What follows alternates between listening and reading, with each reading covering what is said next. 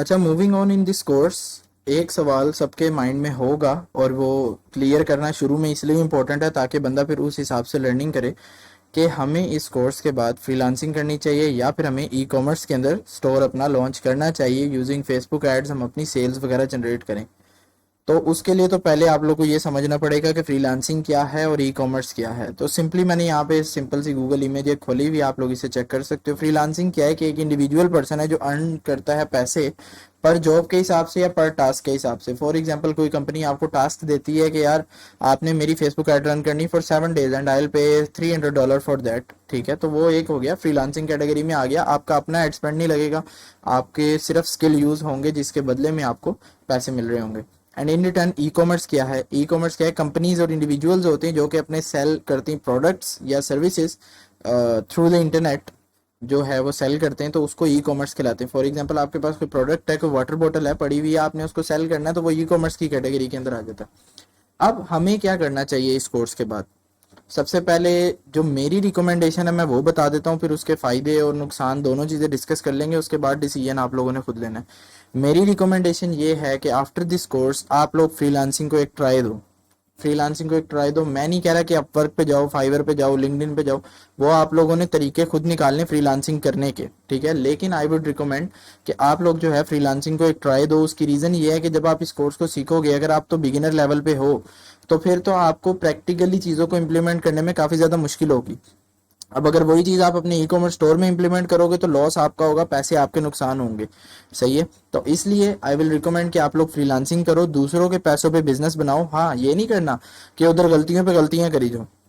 कोशिश करनी है कि 100% ऑथेंटिक तरीके से सर्विसेज देनी है, कोई गलती का चांस छोड़ना नहीं है।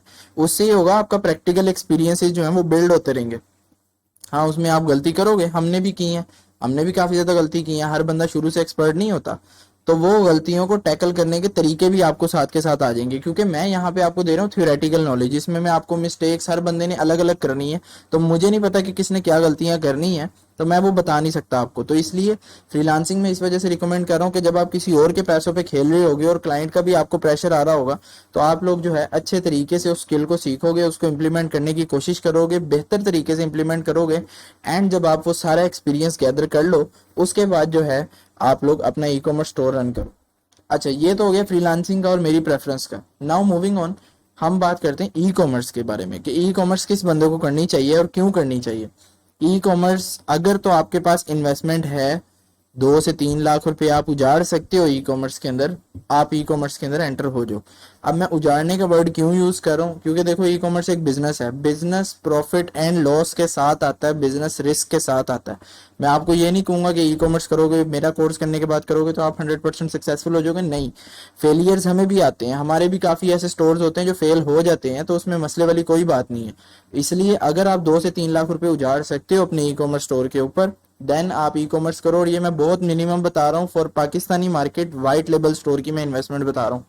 अगर आपने पाकिस्तानी मार्केट में प्राइवेट लेबल करना है या फिर इंटरनेशनल मार्केट करनी है, उसकी बजटिंग बिल्कुल अलग है, वो बहुत ज्यादा बजटिंग लगती है उधर, ठीक है। तो आप लोग अगर इतने पैसे उजाड़ सकते हो तो आप लोग ई कॉमर्स करो। अच्छा, अब काफी लोग इसमें इस तरह के होंगे जिनके पास 10,000 है, 20,000 है, 30,000 है। काफी ज्यादा लोग आपको इसके बारे में मिसगाइड कर रहे हैं कि यार 10,000 से आप ई कॉमर्स शुरू कर सकते हो, 20,000 से कर सकते हो। ड्रॉप शिपिंग मॉडल की बात कर लो आप, ड्रॉप शिपिंग पे, यार पाकिस्तान में ड्रॉप शिपिंग सक्सेसफुल नहीं है, ये मेरा पर्सनल एक्सपीरियंस है। हजारों की क्वांटिटी में मैंने ऑर्डर्स भेजे मैं ड्रॉप शिपिंग सप्लायर्स को, अल्टीमेटली मुझे लॉस ही हुआ है, मुझे कभी प्रॉफिट नहीं हुआ। एंड जितने भी मेरे सर्कल में लोग हैं उन सबसे भी पूछो तो ड्रॉप शिपिंग में उन्हें लॉस ही हुआ है। हमने काफी क्लाइंट्स को भी सर्व किया है जिन्होंने ड्रॉप शिपिंग की सर्विसेज हमारे से ली हैं।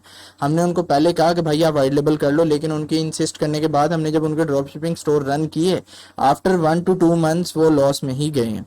तो ये मेरा पर्सनल ओपिनियन है कि ड्रॉप शिपिंग तो पाकिस्तान में सक्सेसफुल नहीं है। 10, 20, 30 हज़ार अगर आपके पास इन्वेस्टमेंट है, बचा के रखो, वरना ई कॉमर्स में वो भी डूब जाएगी।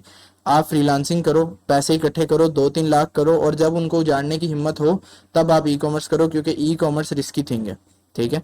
करना आसान है लेकिन रिस्क रहता है, रिटर्न के इश्यूज हैं, कैश ऑन डिलीवरी के इश्यूज हैं, उसके अलावा स्टॉक पेमेंट्स, काफ़ी ज़्यादा मामला होते हैं। वो खैर हम ई कॉमर्स के बारे में अभी नहीं डिस्कस करेंगे, हम फेसबुक एड्स को डिस्कवर कर रहे हैं, तो हम उसके बारे में ज़्यादा जो है ना रहेंगे इस कोर्स के अंदर। बहरहाल ई कॉमर्स के अंदर अगर आपने आना है, मेरा फाइनल आंसर ये है, तो आपके पास 2 से 3 लाख का बजट होना चाहिए। इतना बजट हो कि आप उसको उजाड़ सको, तभी आप ई कॉमर्स में आओ। अदरवाइज आप लोग जो है सिंपली फ्रीलांसिंग करो, थोड़ा अपना एक्सपीरियंस गेन करो। जब आपको लगे कि हाँ यार अब मैं अपना स्टोर सक्सेसफुली और सेफली रन कर सकता हूँ, उसके बाद आप ई कॉमर्स में आ जाओ।